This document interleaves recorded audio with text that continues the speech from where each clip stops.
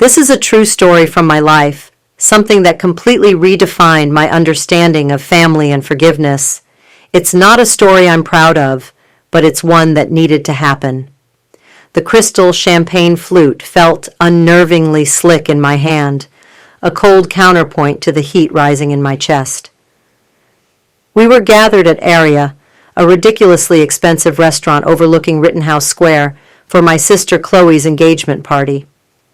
Just as she was introducing me to her fiancé's mother, a woman named Eleanor Vance who looked like she was carved from old money and granite, my world tilted on its axis, because there, on Eleanor's perfectly manicured hand, flashing under the soft glow of the chandelier, was our mother's sapphire ring, the ring Chloe had sworn she'd lost, the one that had been left specifically to me, the one she had wept over for weeks, and my sister just stood there, smiling that brilliant, empty smile of hers, as if she hadn't just driven a stake through my heart. If you genuinely enjoy our stories, please subscribe to the channel, tell us where you're from, and what time it is right now. It's always fascinating to know how far our story flows. The ring wasn't just a piece of jewelry. It was the last tangible piece of my mother.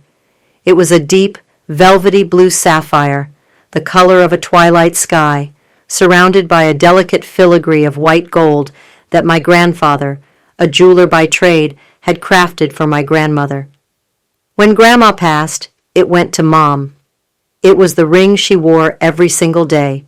I could close my eyes and see it on her hand as she kneaded dough for her famous cinnamon rolls, as she gripped the steering wheel on our family road trips, as she held my hand when I was sick.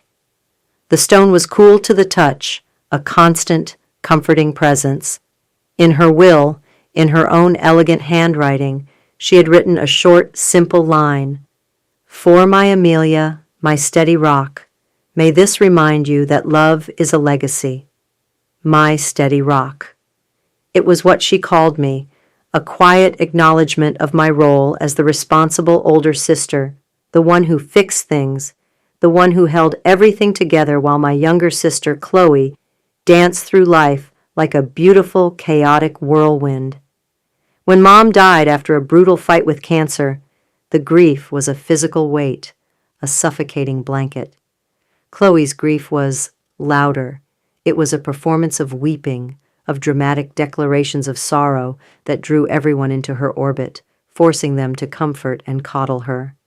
My grief was silent, a hollow ache in my bones. I packed up Mom's house in Chestnut Hill, sorting through a lifetime of memories while Chloe was too overwhelmed to help. I handled the estate, the bills, the endless soul-crushing paperwork. All I asked for, the only thing I truly wanted, was the ring. It arrived from the lawyer's office in a small velvet box. The moment I slipped it onto my finger, I felt a flicker of peace, a whisper of my mother's presence. It felt like coming home. 2 months later, Chloe called me in a manufactured panic. She had a huge job interview, she said, with a top marketing firm in Center City. It was the chance of a lifetime. "Amy, please," she'd begged, her voice thick with artificial tears. "I need to look the part. I have the perfect outfit, but I have nothing that looks classic, elegant. Mom's ring, it would just be for a few hours. It would give me so much confidence, like she's there with me." I hesitated. A cold knot of unease tightened in my stomach. I had never been able to say no to Chloe. Not really. Our entire lives, she had mastered the art of the plea, framing every want as a desperate need, making you feel cruel for denying her. "It's just for the afternoon, Chloe. I'll need it back tonight," I said, my voice firmer than I felt. Of course, of course. Oh, Amy, you're the best sister in the world. You saved me," she chirped, the crisis miraculously averted. She came over, hugged me tightly, and I slipped the ring from my finger and placed it in her palm. It felt like handing over a piece of my own soul. She left, blowing me a kiss from the doorway. That was the last time I saw it for 6 months. The phone call came that evening. It wasn't the cheerful, "I got the job" call I expected. It was a choked, hysterical sob. Amy. Oh God, Amy, I don't know how to tell you this. My blood ran cold. What is it, Chloe? What happened? The ring, she wailed. It's gone. She claimed she'd taken it off in the bathroom before her interview to wash her hands, placed it on the side of the sink, and in her nervousness, she'd forgotten it.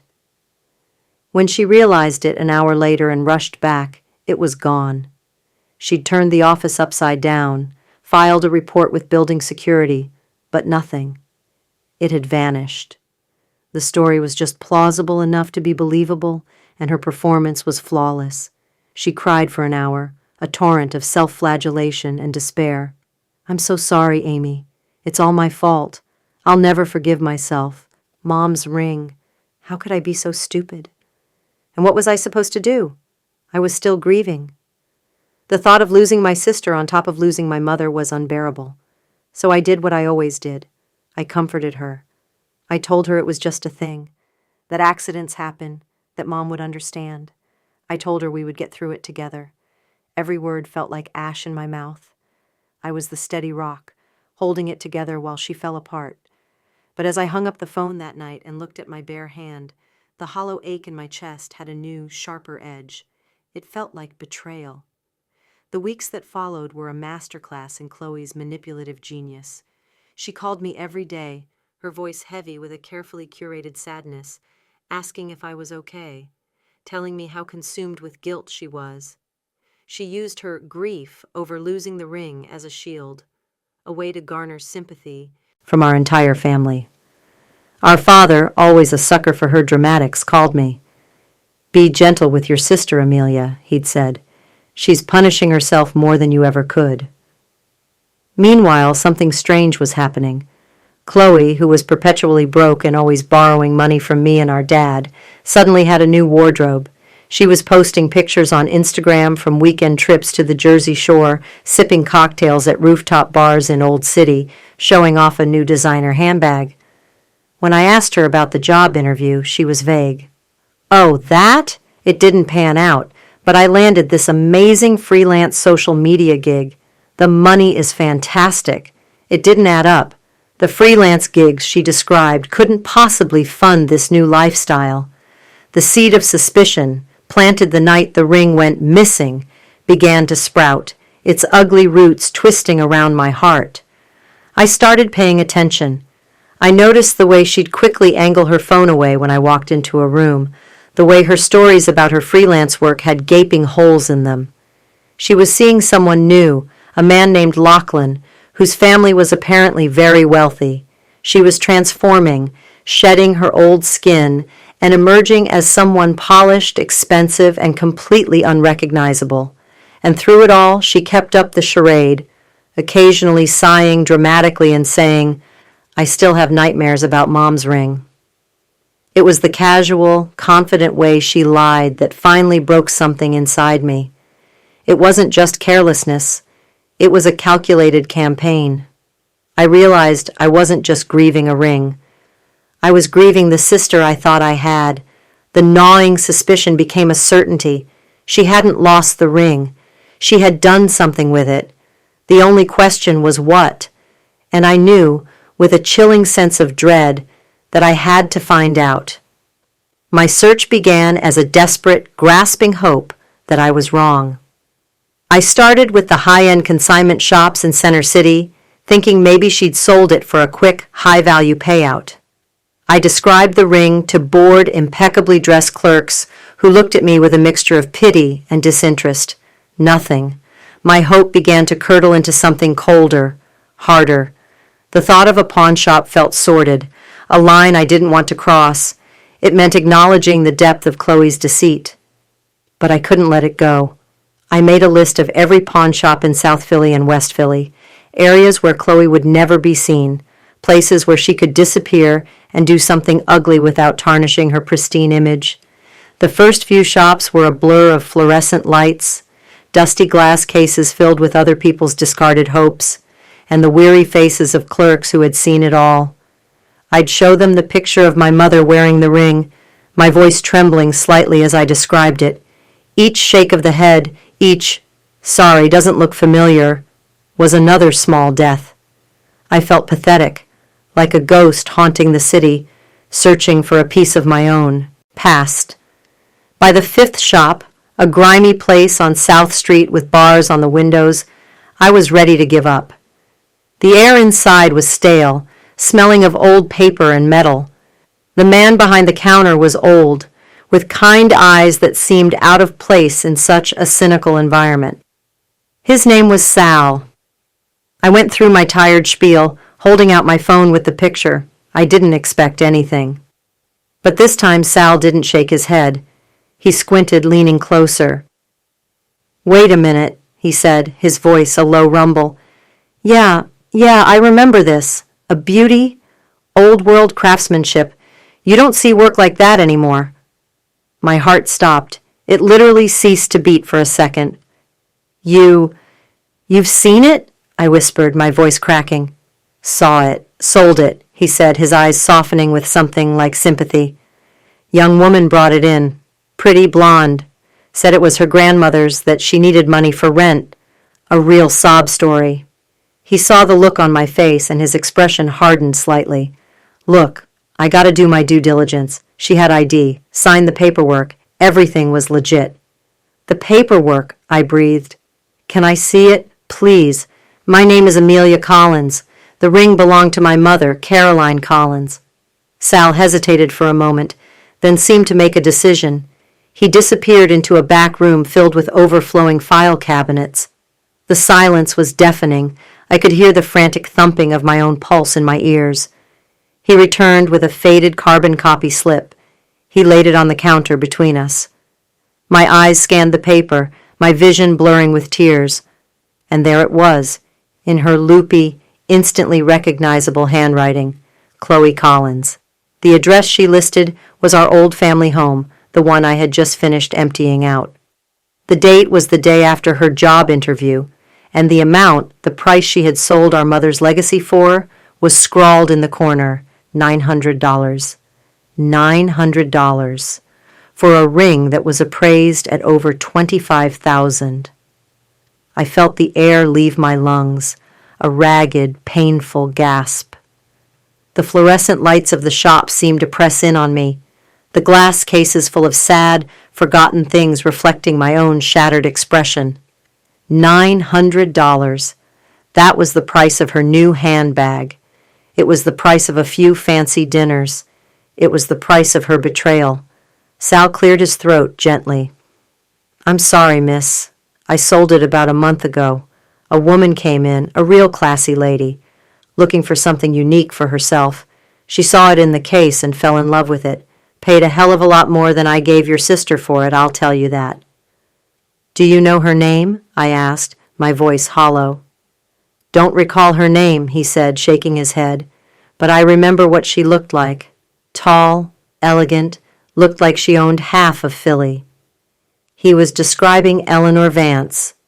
It all clicked into place with sickening clarity. Chloe hadn't just pawned the ring.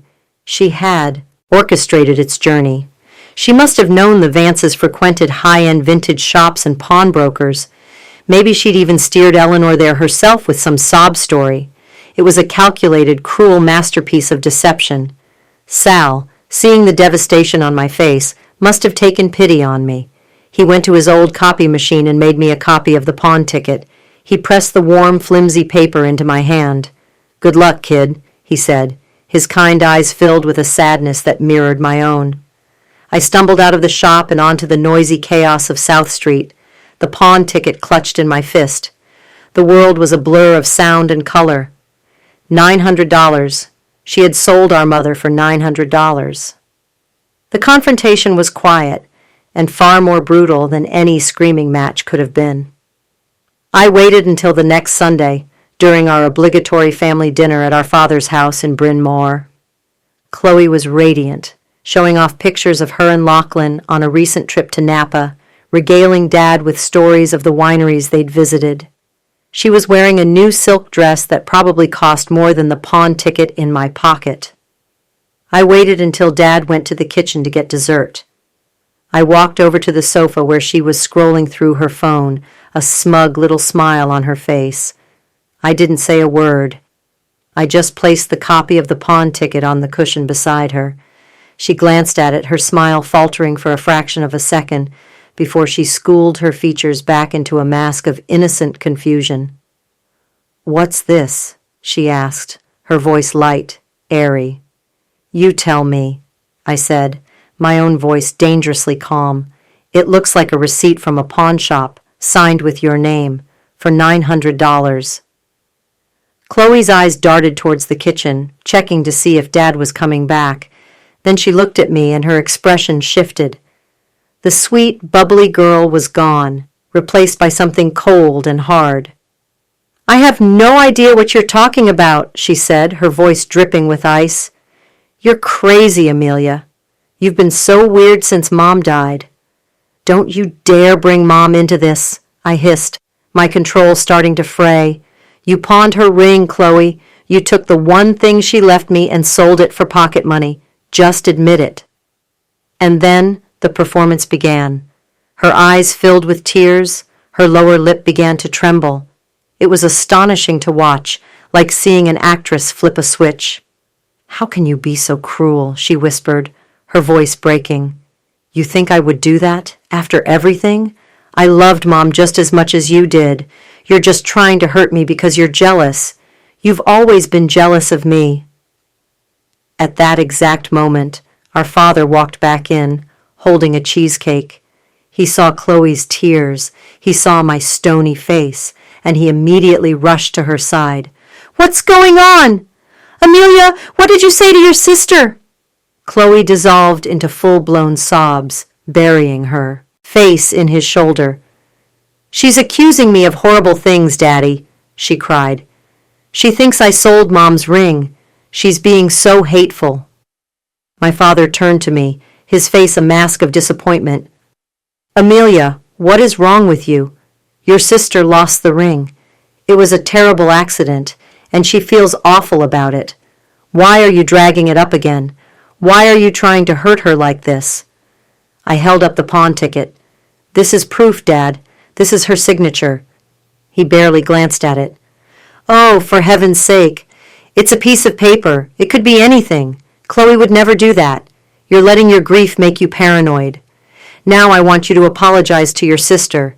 Her engagement party is next week. We need to be a family. You need to let this go."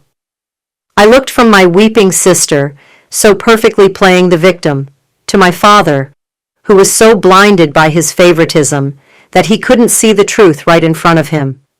They were a united front, a fortress of delusion and denial, and I was the enemy at the gates. I was the crazy one, the jealous one, the hateful one. In that moment, I felt a profound and terrifying sense of isolation. I had no one.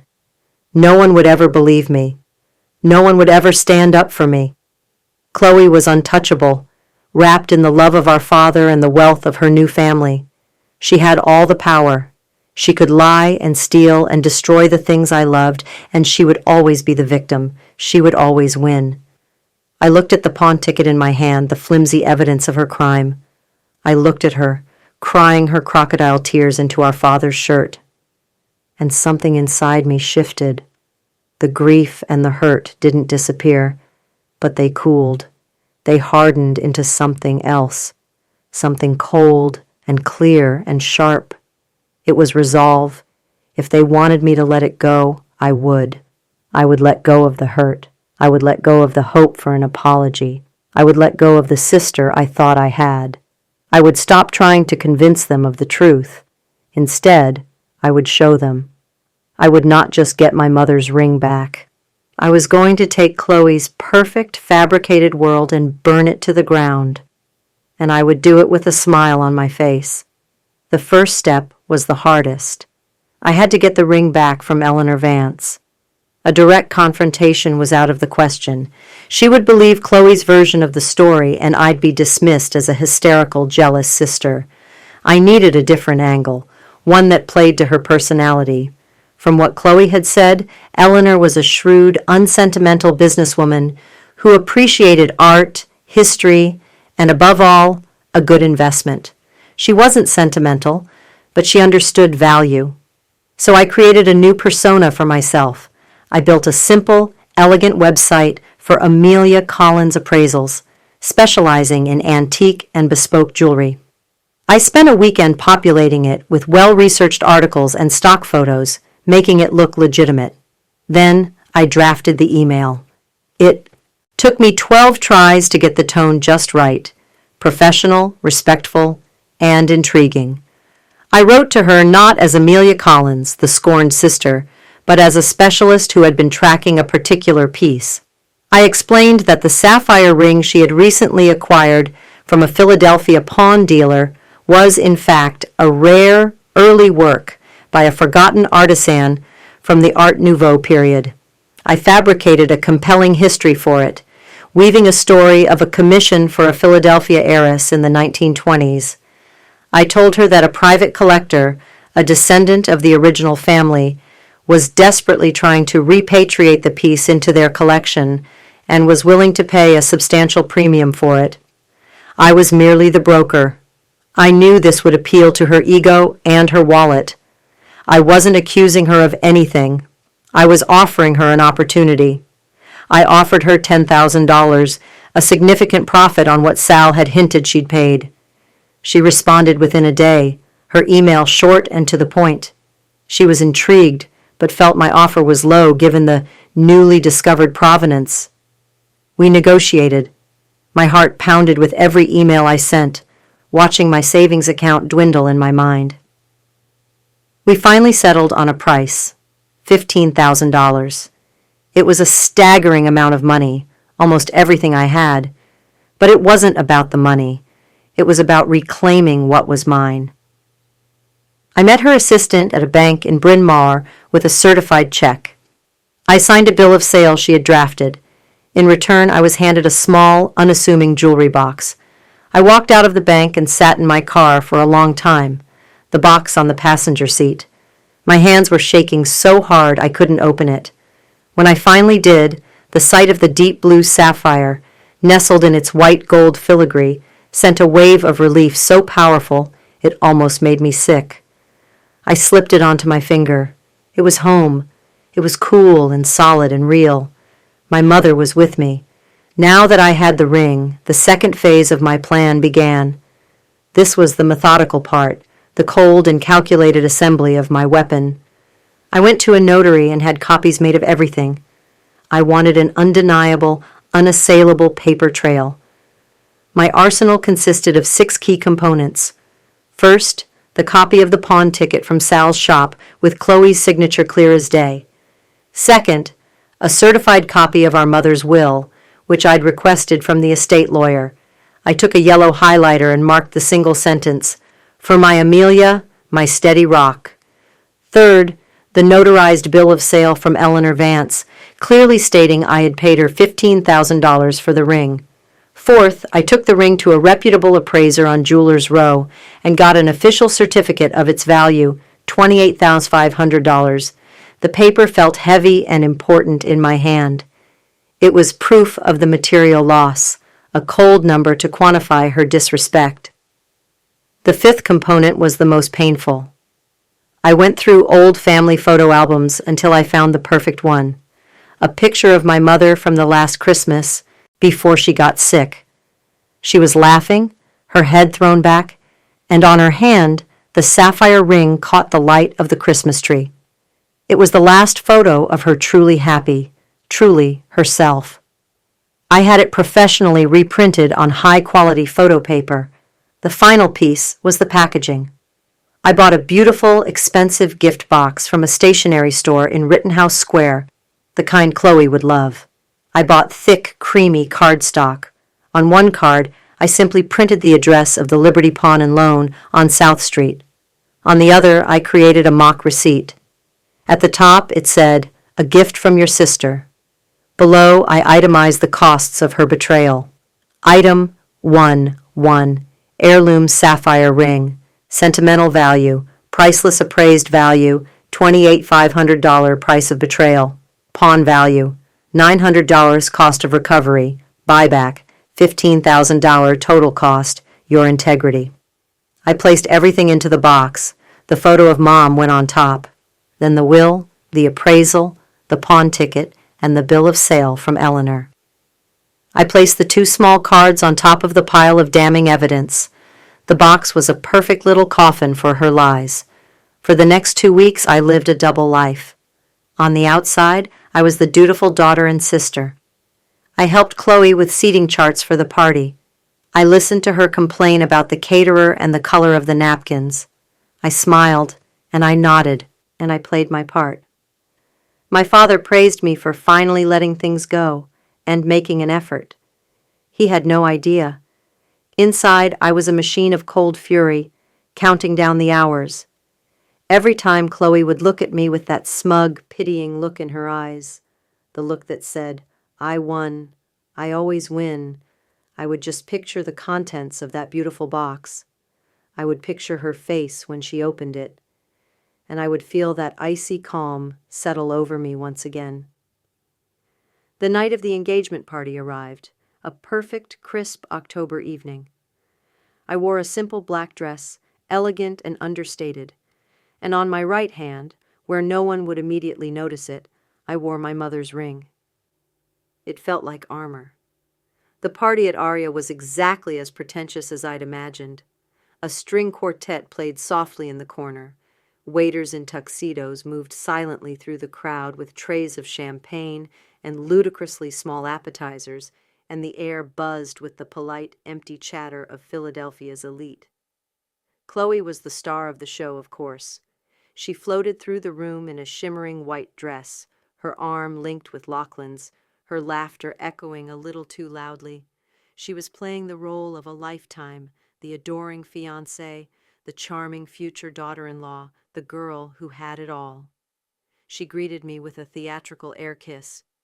"Amy, I'm so glad you came. See? Isn't it better when we all just get along?" she whispered, squeezing my arm. I just smiled. "You look beautiful, Chloe." My calmness seemed to unnerve her slightly, but she was too caught up in her own triumph to dwell on it. That's when she led me over to Eleanor Vance. The moment I saw the ring on Eleanor's hand, my mother's ring, the one I had just spent a fortune to buy back, I realized the full, diabolical scope of Chloe's plan. She hadn't just sold it, she had gifted it. She must have pawned it, used the $900 for a few weeks of fun. Then, when she met Lachlan, she must have spun some elaborate story to Eleanor about a family heirloom she was forced to sell in a time of hardship. Eleanor, seeing an opportunity to play the benevolent matriarch, must have offered to buy it for her as a welcome to the family gift. Chloe gets to play the tragic heroine, Eleanor gets to be the savior, and I'm left with nothing. It was brilliant.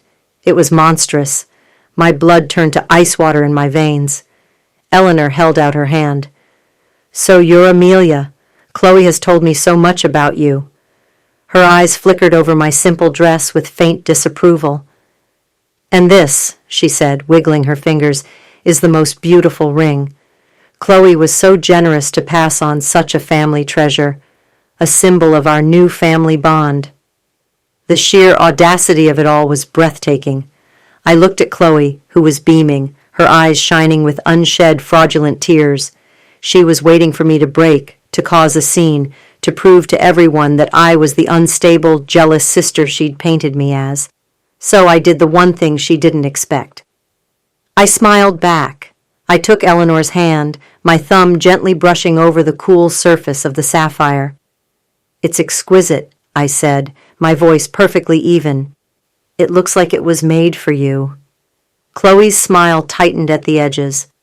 This wasn't the reaction she'd prepared for. I waited for 2 hours. I nursed a single glass of champagne, made small talk with people I didn't know, and watched my sister soak in the adoration. I watched her lie effortlessly, telling Lachlan's aunt how heartbroken she was when she'd briefly misplaced the ring, and how it was a miracle Eleanor found it. Finally, the moment came. Lachlan's father, a portly man with a booming voice, tapped a knife against his glass for silence. Toasts were made. Lachlan spoke about how Chloe had brought light into his life. Then it was Chloe's turn. She took the microphone, her eyes glistening.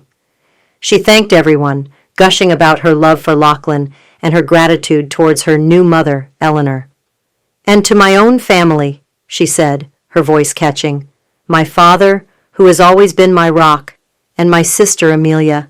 We've been through so much this year, and I'm so happy we can all be here to celebrate a new beginning." It was the perfect cue. As the applause died down, I stood up. I had the gift-wrapped box in my hands. "I'd like to say something, if I may," I said, my voice carrying through the sudden quiet. A ripple of curiosity went through the room. Chloe looked momentarily, panicked, but then plastered on a gracious smile. What could I possibly do? I walked to the front of the room, my heels clicking softly on the polished floor. I took the microphone from her. "Chloe is right," I began, my voice clear and steady. "We have been through a lot, and family is about legacy. It's about the stories we pass down, the traditions we honor, and the heirlooms that carry those stories with them." I saw Eleanor Vance nod in stern approval. "In that spirit, I have a small engagement gift for my sister, something to commemorate this moment." I turned and handed the beautiful box to Chloe. She took it, a look of genuine surprise on her face. For a single insane moment, she probably thought I was finally surrendering, that the box contained some token of peace. The entire room was silent, watching. "Go on," I urged gently. "Open it." Her fingers, adorned with a massive diamond from Lachlan, fumbled with the silk ribbon. She lifted the lid. The first thing she saw was the picture of our mother, laughing. A flicker of real emotion crossed Chloe's face, a brief, unguarded memory of the person she'd betrayed. Then her eyes moved down. I saw the exact moment she comprehended the documents beneath. Her face went slack. The color drained from her cheeks, leaving behind a pasty, sickly white. Lachlan, curious, leaned over her shoulder. His confident smile dissolved into a mask of confusion, then dawning horror as he scanned the papers. Eleanor, sensing something was wrong, stepped closer, peering into the box. I watched her sharp eyes dart from the pawn ticket with Chloe's signature, to the highlighted paragraph in the will, to the bill of sale with her own name on it, showing she had sold the ring to me for $15,000. I leaned into the microphone, my voice dropping to a confidential, conversational tone, yet loud enough for everyone to hear. "I just wanted to make sure you had the receipt for Mom's ring," I said, my eyes locked on Chloe's. "The one you've been telling everyone you so generously gifted to Eleanor. The one you actually pawned on South Street for $900 to buy a handbag." A collective gasp went through the room. It was a physical sound, a sudden intake of breath. "I thought your new family," I continued, my gaze shifting to Eleanor's thunderous face, "should know just how much sentiment is worth to you." Chloe stood frozen, the box in her hands like a bomb. She opened her mouth, but no sound came out. Eleanor Vance slowly, deliberately, pulled my mother's ring from her own finger. She didn't look at Chloe. She looked at me, her eyes filled with a terrifying, icy fury. She held the ring out, not to me, but dropped it on the table with a sharp clatter that echoed through the dead, silent room. Then she turned, took her son by the arm, and without another word, walked out of the party. The Vances, followed by their friends and family, streamed out after her, a silent, disapproving parade. In less than 2 minutes, the room was half empty. My father was staring at me, his face pale with shock and rage. But for the first time, I saw a flicker of doubt in his eyes as he looked at the evidence in the box his favorite daughter was still clutching. Chloe finally found her voice. It wasn't a cry or a scream. It was a choked, pathetic little whisper.